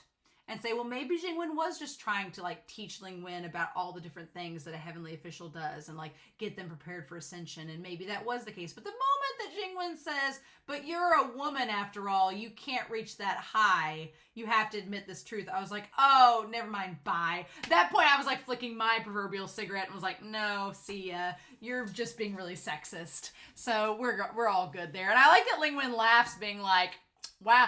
The line Ling Wen says, had the prominence of the palace of Jing Wen at its peak reached even the knees of the palace of Ling Wen. I was like, the implication of the knees and the fact that he's suggesting she did sexual advances to get forward, and Ling Wen's like, well, you were on your knees for me, bitch. So I was like, oh, the implications of that line, mwah, so good, so good. And Shilian's like, we need to stop this.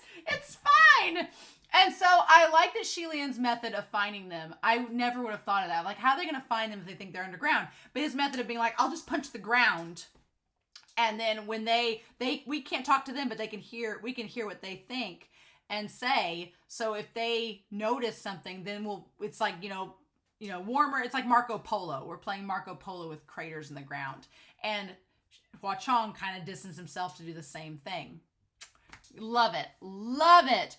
And then, like, you were a civil god, can you not be the... I like that Pei Ming is like, you were a civil god, how can you be so classless? Like, Pei Ming's just standing up for their bro friend. And then, of course, Jing Wen is like, how good your lover is shielding you.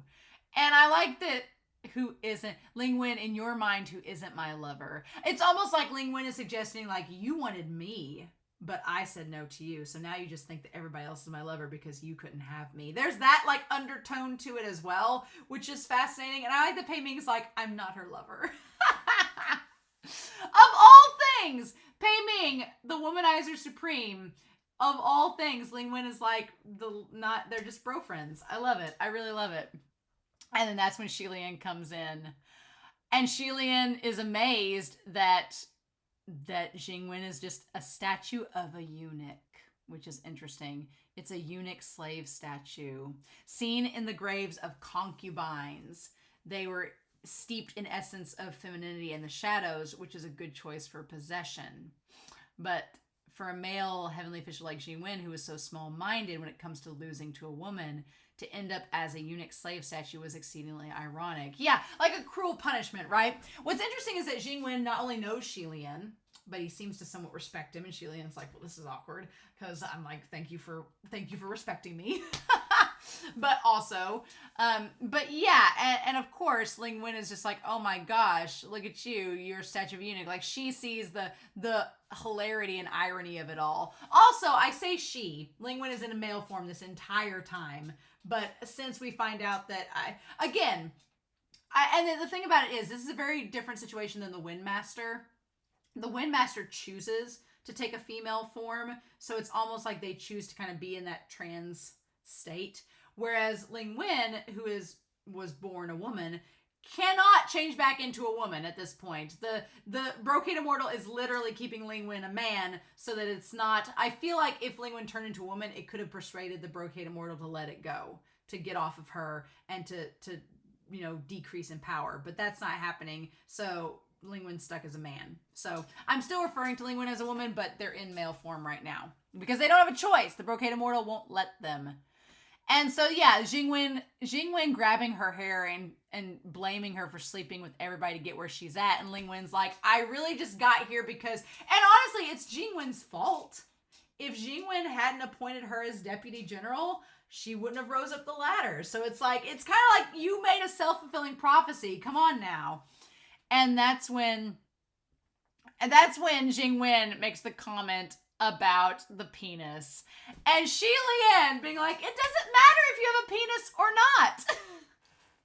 Again, Shi Lian trying to use the fact that they're, he's like, oh, well, I'm impotent, so it's fine. You don't need a penis. But then I love that Jing Wen's like, well, then you cut yours off. And if you don't think it's that important, Shi Lian's like, well, I mean, it's just, you just don't have to use it. But I mean, I wouldn't go so far as cutting it off. I mean, I might change my mind later.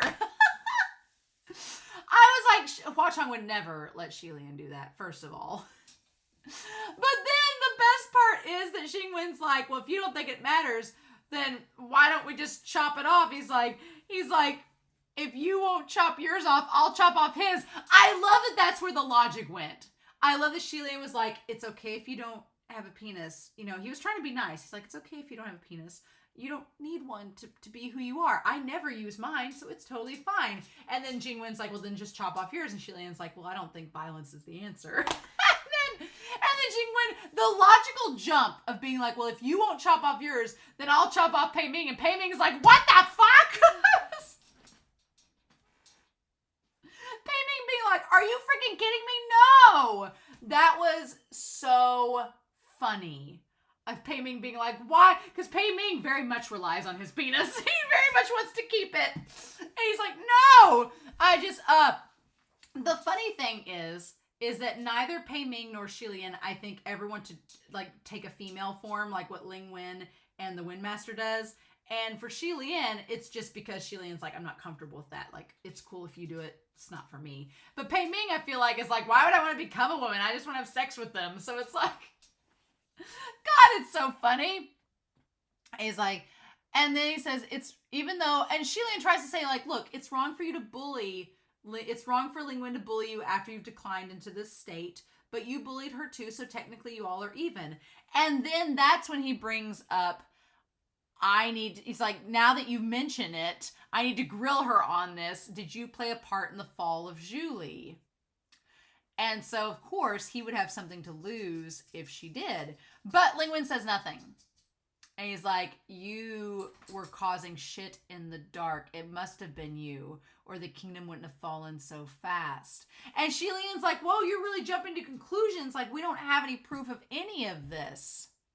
And Ling Wen's like, do you know what the consequences are for calling him an idiot to his face? And that's when the Brocade Immortal gets out, right? That's when it is. And so Shilian puts together the ancient kingdom in the Legends of Brocade Immortal was Julie, and Baijing was a person of Julie. And so, yeah, it makes sense that he was a general that... So the question is, though, that Baijing was a general of Julie. Okay, so we do get that answered. I'm glad I went back and reread that.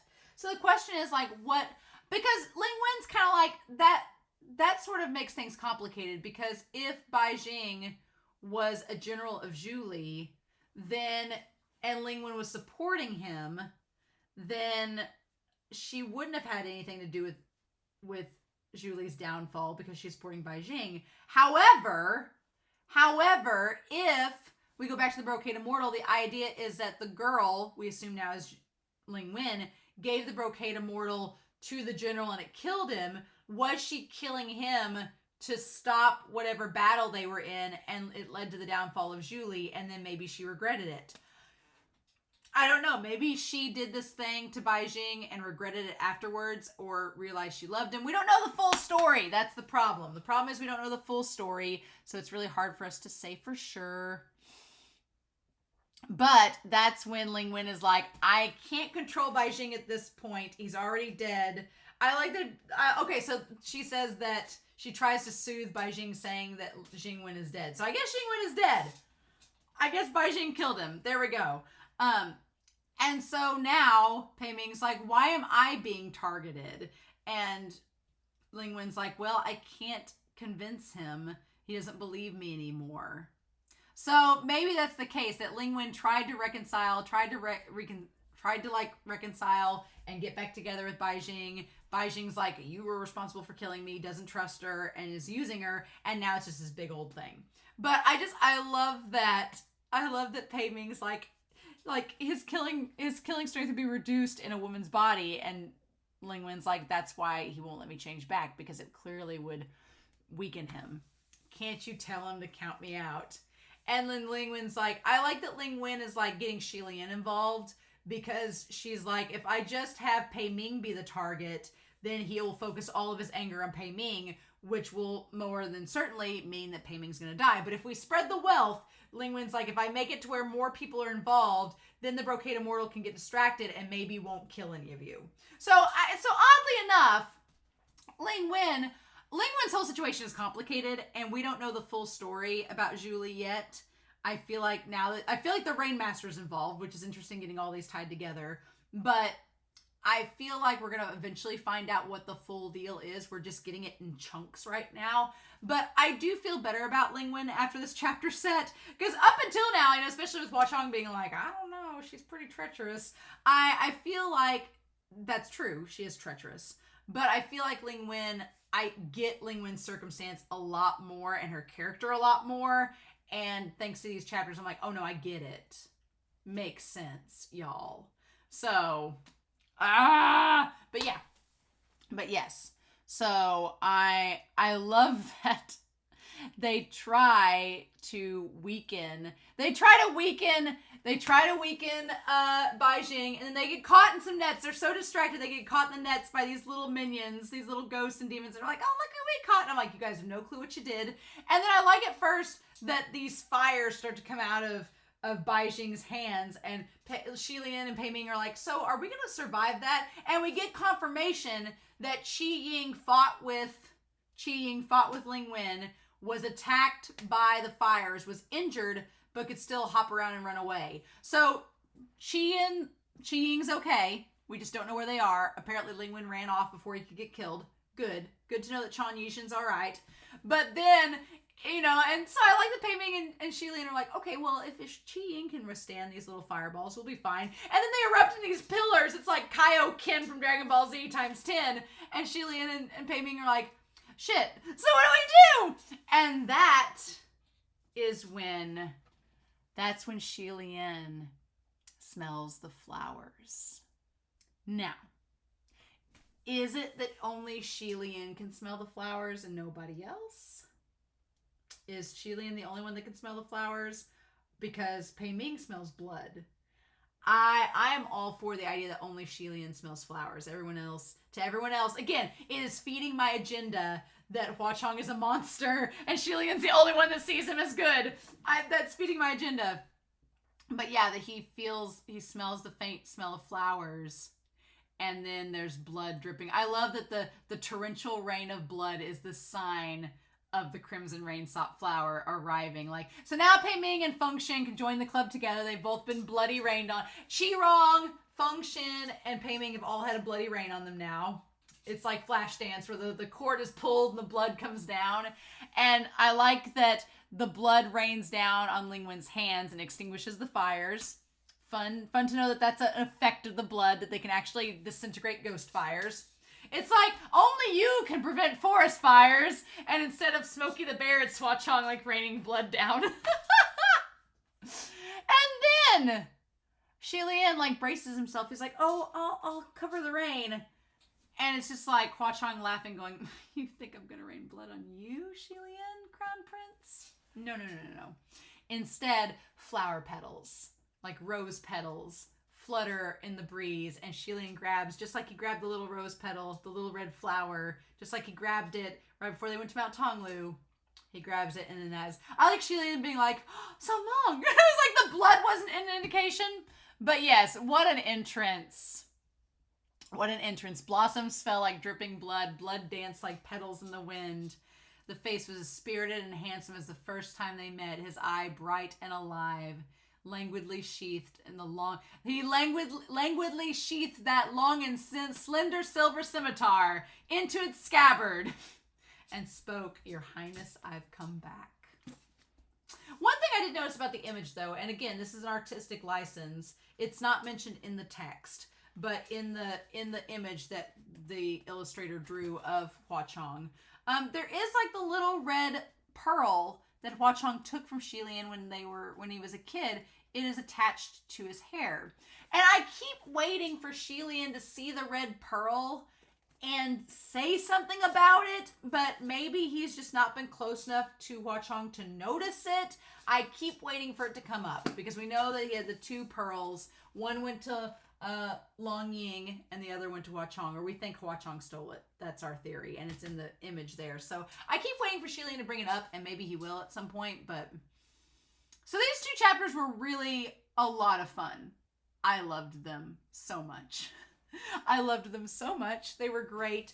I don't know if I will be able to wait till the Manwalk chapter comes out before I read the next set. I don't know if that's going to happen. The Man-Watch chapter might come out after I read the next set, so I make no guarantees because now that Hwa-Chang's back, I kind of want to read ahead. So we'll see what happens. But y'all, I'm super excited to see what we're gonna do. What's gonna happen now? Now that Hwa-Chang has come back, the Brocade Immortal has maybe been doused for the moment.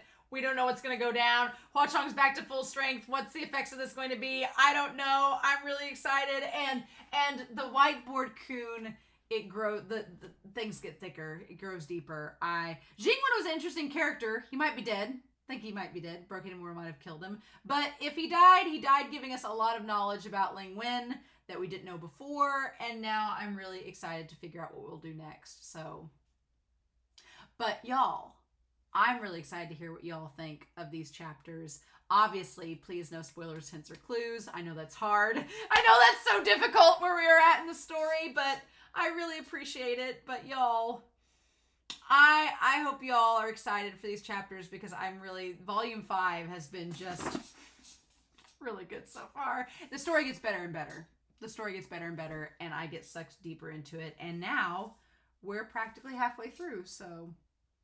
In the meantime, I hope y'all have a wonderful week.